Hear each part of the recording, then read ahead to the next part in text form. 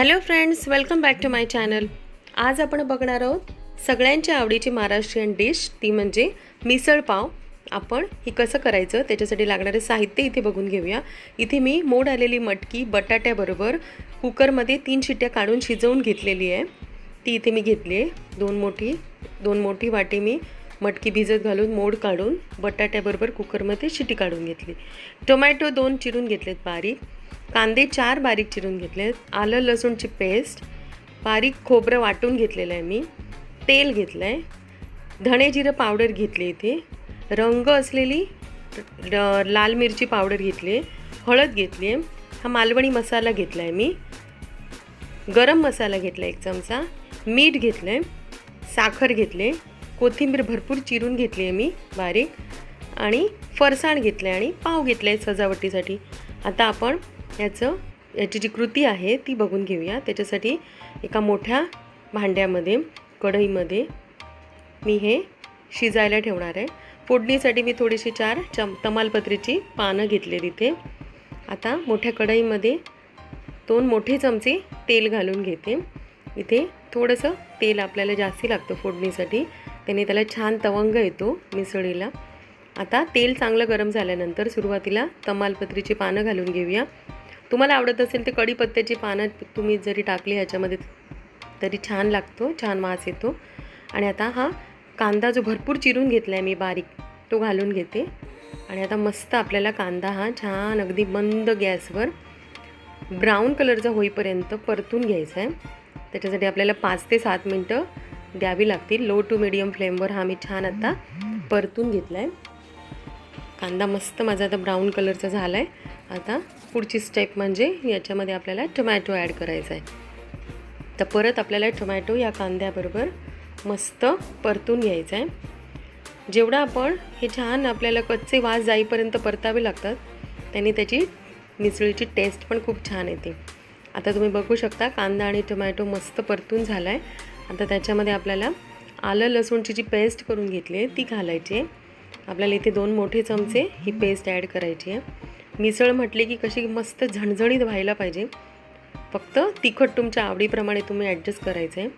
आणि जी red chilli powder आपण इथे घेतो आहे ती रंगाची इथे घ्यायची, त्याला चांगला कलर असलेली घ्यायची, त्याने मस्त मिसळीला छान कलर येतो।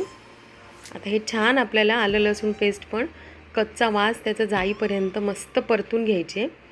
आणि आता त्याच्यानंतर आपल्याला पुढचे जे आपले ड्राय मसाले आहेत ते घालून घ्यायचे।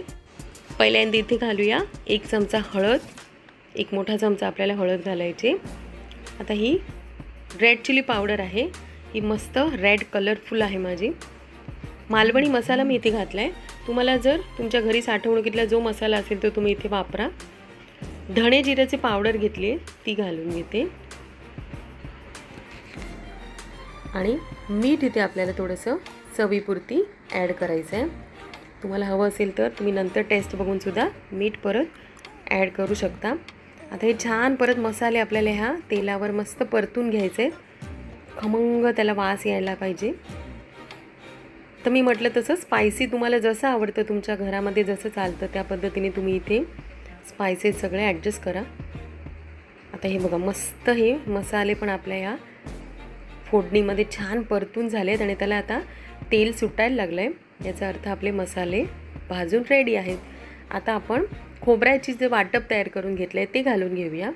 इथे मी कच्चं खोबरंच बारीक वाटून घेतलं आहे मिक्सरमध्ये, एक साधारण अर्धा नारळ मी खोबरं, फक्त खोबरं आहे हे, बारीक एकदम मिक्सरमध्ये वाटून घ्यायचं आहे।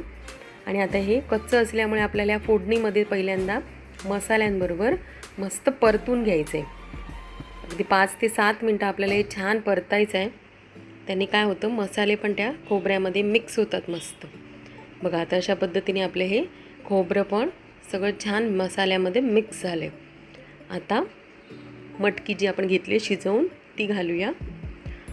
कुणाला आवडत असेल ती इथे मिक्स तुम्ही पल्सेस पण घेऊ शकता, पण मी मिसळ करताना नेहमी मटकीचीच करते, आमच्या घरात मटकीची आवडते। पण काही जणांना मिक्स पल्सेस वापरून सुद्धा मिसळ करायला आवडते, त्या पद्धतीने तुम्ही मूग मटकी असे तुम्ही मिक्स पांढरे वाटाणे हिरवे वाटाणे असं जरी घालून केली तरी खूप छान होते मिसळ। बाकी प्रोसिजर सेम ठेवायची.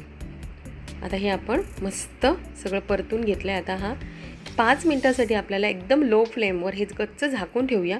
त्याने काय होतं, छान त्याला वाफ येते आणि मस्त त्या मसाल्याचा वास वगैरे सगळा त्या मटकीला वगैरे पण छान मिक्स होतो. आता मस्त एक वाफ आली आहे त्याला. आता मिक्स करूया छान. आणि आपल्याला आता ह्याच्यामध्ये पाणी ॲड करायचं आहे. मिसळ ही पावाबरोबर जनरली सर्व करतात, त्याच्यामुळे थोडीशी ही त्याची कन्सिस्टन्सी ही जी असते ती रनी असते. पाणी एकाच वेळेला तुम्हाला जेवढं लागेल तेवढं शक्यतो घालून आपण छान उकळून घ्यायचं आहे. मध्ये मध्ये परत शेवटी पाणी परत ॲड केल्यानंतर त्याला टेस्ट थोडीशी बदलते त्याची. त्यामुळे जेवढं पाण्याची तुम्हाला क्वांटिटी इथे पाहिजे घालायची आहे तेवढी सुरुवातीलाच घालायची आहे आणि त्याला मस्त उकळी काढायची आहे. आता परत आपल्याला थोडंसं इथे पाण्याच्या क्वांटिटीप्रमाणे चव बघून मीठ वगैरे ॲड करावं लागेल. हे मस्त छान ढवळून घेऊया. म्हणूनच सुरुवातीलाच मसाले वगैरे घालून छान परतून घ्यायचे आहेत. आता आपल्याला हे बघा पाणी घालून मस्त त्याला कलर येतो मसाल्याचा पण, आणि छान परतल्यामुळे मस्त त्याला कलर आला. हे मला आता गरम मसाला पावडर आपली घालायची आहे ती घालून घेते. परत थोडंसं मीठ घालणार आहे कारण पाणी घातल्यामुळे नाहीतर थोडंसं बेचव होऊ शकतं.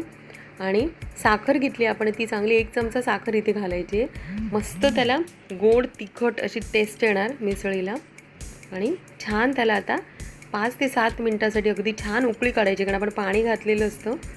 उकळी काढल्यामुळे मस्त त्याला टेस्ट येते, वास सुटतो. आणि सगळ्यात शेवटी आपल्याला हिरवी कोथिंबीर भरपूर घालायची आहे आणि मिसळीला छान उकळी काढायची आहे.